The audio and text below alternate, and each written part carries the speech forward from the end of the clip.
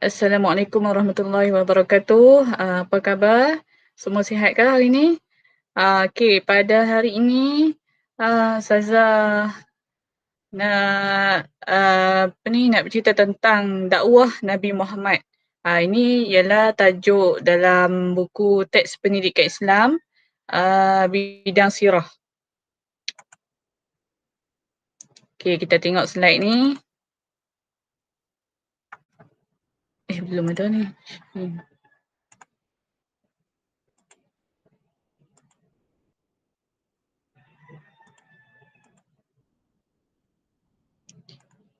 Okey.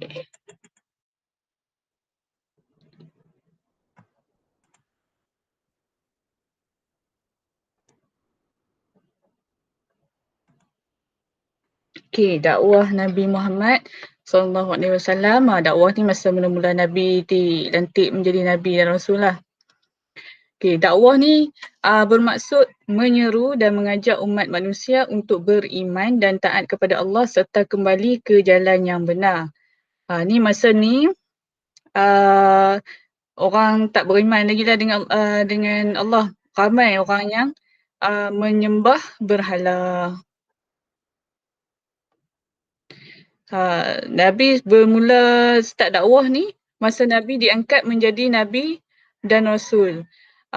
Permulaan dakwah ni ialah Nabi berdakwah secara sulit di Mekah selama 3 tahun. Dia berdakwah di rumah Saidina Al-Arqam bin Abi Al-Arqam, iaitu Abi Al-Arqam ni bapa saudara kepada Sayyidatina Khadijah. Permulaan dakwah dia bermula di rumah Saidina Al-Arqam ni lah. Kemudian selepas 3 tahun barulah Nabi Muhammad berdakwah secara terang-terangan di kota Mekah. Masa bermula secara terang-terangan inilah maka bermulalah penentangan kaum musyrikin di Mekah terhadap dakwah baginda. Sebelum tu 3 tahun, sampai 3 tahun hanya secara sembunyi sahaja. Lepas tu barulah secara terang-terangan. Okey, bermulalah tentangan kaum kafir Quraisy terhadap dakwah Nabi Muhammad ni. Dia membuat fitnah. Orang Quraisy ni dia menuduh Nabi Muhammad sebagai gila, ahli sihir dan berdusta, dan mereka juga mendakwa Nabi Muhammad ialah pemecah belah masyarakat dan pemutus hubungan silaturahim. Dan juga mereka memulaukan Nabi, buat pemulauan. Dia menghalang aktiviti berjual beli dan semua bentuk komunikasi dengan kaum muslimin termasuk perkahwinan. Kayaknya jual beli tak ada dah, jual beli bentuk komunikasi apa pun disekat lah. Tindakan ni menyebabkan kaum muslimin mengalami kelaparan dan semakin tertekan. Pemulauan berlarutan selama hampir 3 tahun. Kemudian berlaku juga penyiksaan. Terdapat pelbagai siksaan yang dilakukan terhadap kaum muslimin seperti dijemur di padang pasir dan diletakkan batu yang besar di atas dada mereka seperti yang berlaku kepada Sayyidina Bilal bin Rabah. Kalau kita pernah dengar cerita tentang Bilal bin Rabah ni, dia disiksa dengan meletakkan batu ke atas dada dia, kemudian letak pula dekat padang pasir. Padang pasir ni sangatlah panas, bukan macam kita kat sini dia panas lampau lah. Tapi macam Bilal bin Rabah ni, dia tetap beriman dengan Allah. Kemudian berlaku juga pembunuhan seperti yang berlaku kepada Sayyidina Yasir dan Sayyidatina Sumayyah. Mereka ini ialah sahabat Nabi Muhammad. Jadi mereka pun wafat sebab apa? Kena yang cerita dia masuk dalam kawah api yang panas tu. Inilah cerita Sayyidina Yasir dan Sayyidatina Sumayyah. Ya, macam mana Nabi akhlak dia dalam menghadapi tentangan kaum Quraisy ni? Nabi ni dia sentiasa bersabar. Dia bersabar dengan ujian dan cabaran. Macam tu juga kalau kita pun bila kita ditimpa dengan ujian kesusahan, kelaparan, ujian apa lagi, ujian tiba-tiba gagal dalam ujian ke apa, jadi kita tetap kena bersabar dan terima saja apa yang Allah tentukan pada kita sambil kita berusaha. Jangan sabar saja tapi tak ada usaha. Yang kedua ialah Nabi ni bergantung harap kepada Allah Nabi ni tidak pernah berputus asa.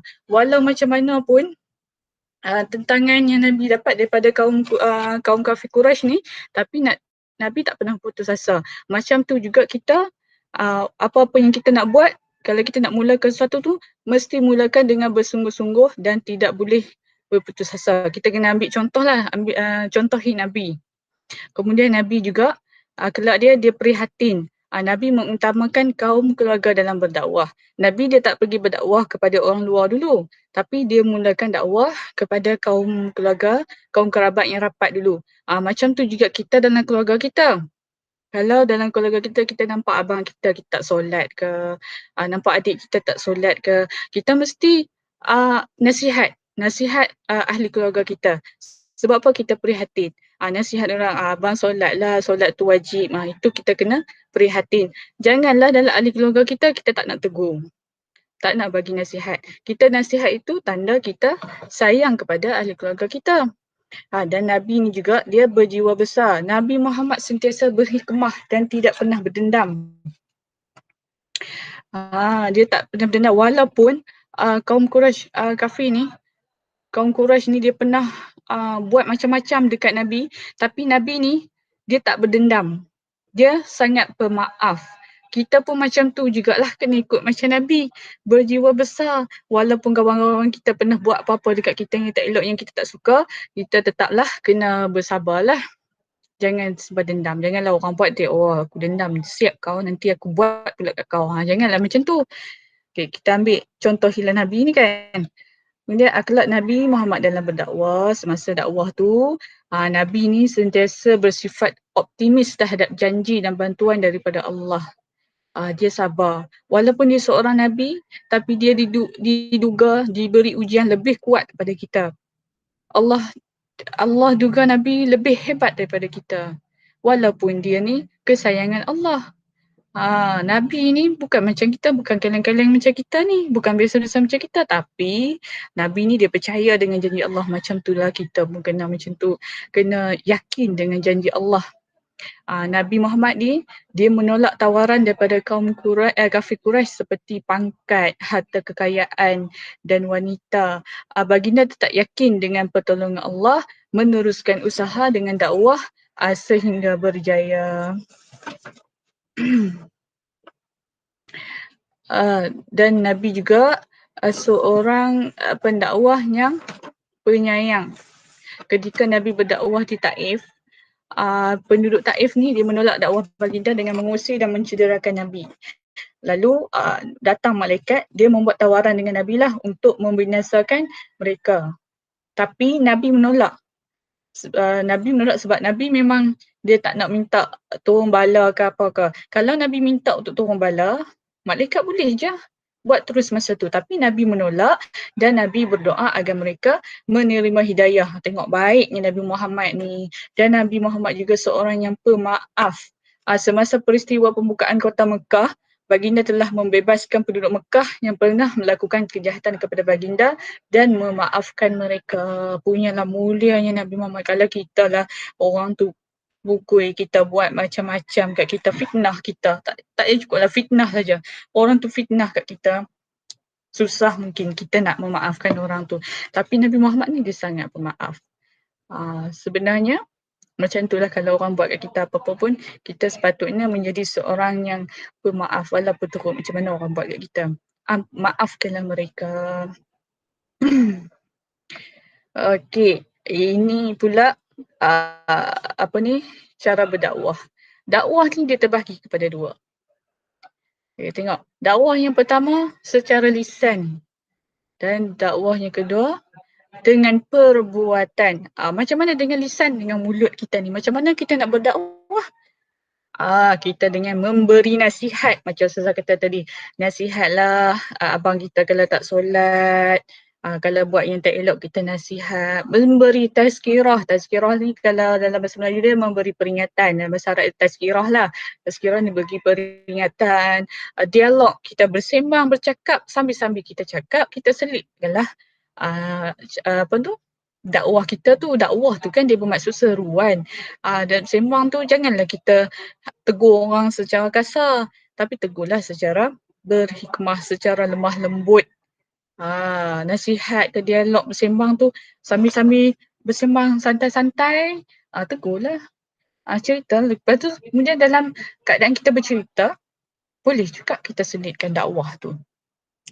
Dan yang terakhir sekali ni, tu berdebat. Berdebat ni agak kasar sikit lah kan. Kalau dialog bercerita ni agak lemah lembut. Berdebat ni, dia agak tinggi jugalah dia punya tahap dakwah dia tu. Dan kemudian dengan perbuatan, macam mana kita tengok dengan perbuatan kita boleh berdakwah kat orang tu dengan cara berziarah. Ziarah kalau orang tu sakit ke apa ke. Kemudian kita memberikan hadiah, mengutuskan surat, menghantar utusan berakhlak mulia. Ini ialah cara-cara Nabi berdakwah. Salah satu dia ni lah lisan dengan perbuatan. Cara Nabi berdakwah, dia memberi nasihat, memberi tazkirah, dialog, bercerita dan berdebat. Dengan perbuatan pula Nabi berziarah. Walaupun orang tu pernah buat macam-macam dekat Nabi, pernah menceritakan perkara yang buruk. Dia fitnah lah, fitnah perkara buruk tentang Nabi Muhammad ni. Tapi masa dia sakit, Nabi tetap pergi ziarah. Nabi tetap pergi ziarah. Lagi dulu pula, dia kan tak ada, zaman tu tak ada WhatsApp semua tu kan. Jadi Nabi utuskan surat lah ataupun dia menghantar utusan untuk menyampaikan dakwah. Kalau macam kita sekarang ni lagi senang. Mudah sangat sebab kita dah ada WhatsApp, kita dah ada FB, apa lagi ada Telegram. Dalam tu kita boleh menyampaikan dakwah kita dan juga dengan berakhlak mulia. Bila depan orang lain, kita mestilah berakhlak mulia. Bila dengan orang bukan Islam, kita tunjuk ke akhlak kita. Itu cara kita berdakwah. Janganlah bila kata kita ni orang Islam, kita tunjukkan perangai yang tidak elok kita ni. Nanti orang kata, oh yang tu Islam tapi perangai dia tak berapa nak molek, tak berapa nak elok. Tak baik, tak boleh lah macam tu kan. Jadi agak azan pula Okay. Bila kita tunjukkan akhlak yang tak elok, orang kata, oh dia Islam tapi dia pun tunjuk perangai yang tak elok. Jadi kita kena tunjuklah yang elok nanti sebab kita ni membawa apa yang Islam bawa. Kita tunjukkan dengan perangai perbuatan kita ni. Jadi kita kena tunjukkanlah perangai yang elok-elok. Jangan buat yang tak elok, jangan menipu kawan-kawan. Nanti orang tengok, oh Islam saja tapi dia menipu. Apa lagi? Bantu kawan masa susah. Itulah cara kita berdakwah. Yang kata, oi, mai dakwah.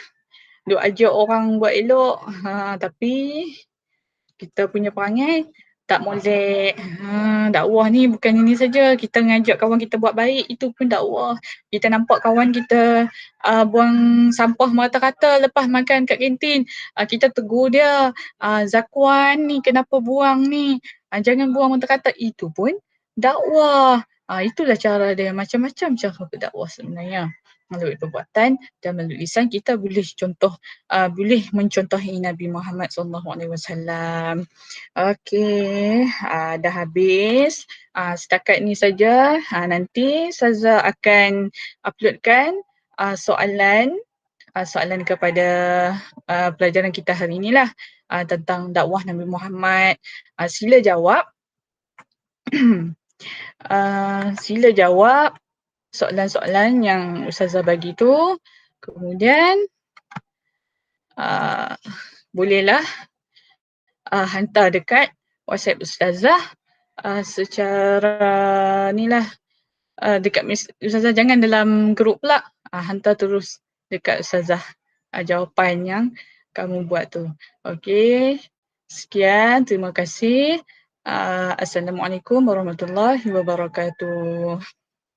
Okey, pergi solat dulu ya, dah azan.